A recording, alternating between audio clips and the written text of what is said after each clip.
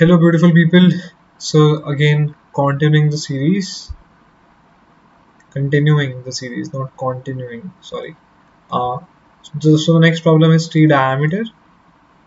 The problem is same as the two previous problems which I have discussed. If you have not watched these videos, watch the previous two videos. So that is like highly recommended. Please watch those videos so you can get the intuition like what I'm trying to say here. Okay, so the problem is that we have an undirected tree. Return its diameter. Similar problem as before, but the difference is that this time we have the number of edges instead of a root node as in the previous problems. We have basically an edges. So the tree is given as the array of edges, where edges I basically stores an edge from u to edge, from a node u to node v. So yeah, basically we have array of edges instead of proper class tree structure.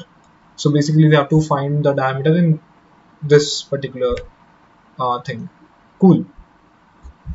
So the problem and the concept is more or less same. So what I have done is basically I've made this tree as a graph. I have used vector int arr. This means an array of vectors. I repeat, this is not a single vector, this is a 2D vector. This is a two-dimensional thing. This is a array of vectors. This is very important, and I've basically made a visited array also, which you will understand why I've made this. Okay, so in this pretty standard stuff, I've made this as a graph first. So basically I've converted my array of edges into a graph arr. I've initialized the visited array with 0, and I'm starting my traversal with the start node. Edge is 0 0. Basically I'm just picking any random node as a start. The logic is the same as the previous two videos.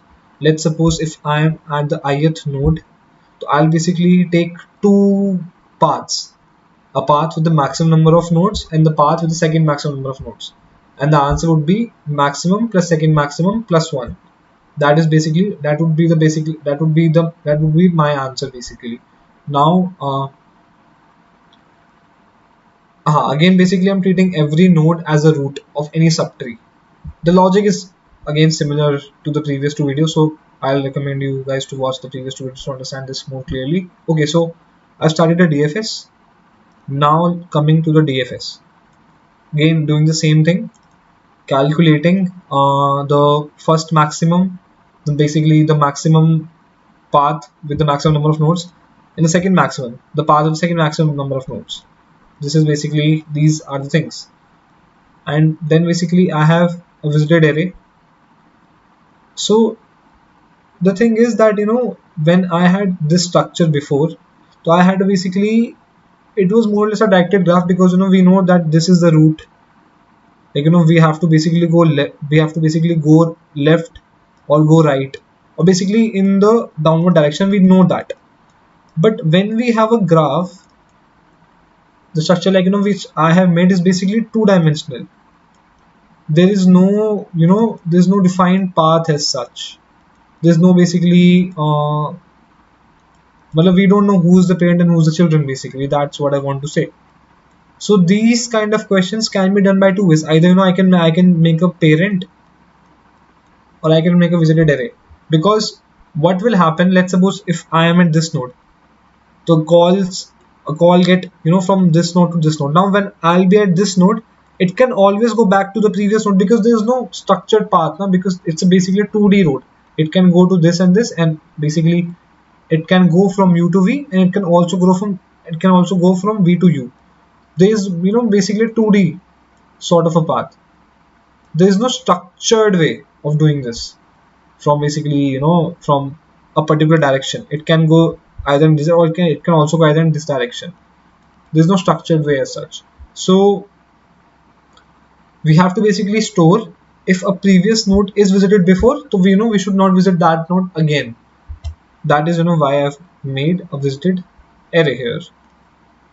Yeah. Now just doing the same thing which I've done previously. You can check my previous video of diameter of an array tree. You'll understand this more clearly. Yeah, that was it basically. I'm basically calculating the first maximum, second maximum. Similarly, updating ans with first max plus second max plus one. And similarly, return first max plus one. So that's like what I'm doing. Yeah. So thanks for watching. This is the logic. The code is in the description. If you want, you can just see my code more and more clearly. You'll understand the logic. The logic is similar in all of these diameter problems. There are around 4 diameter problems which I've solved, and this is the fourth video. Yeah. So thanks for watching.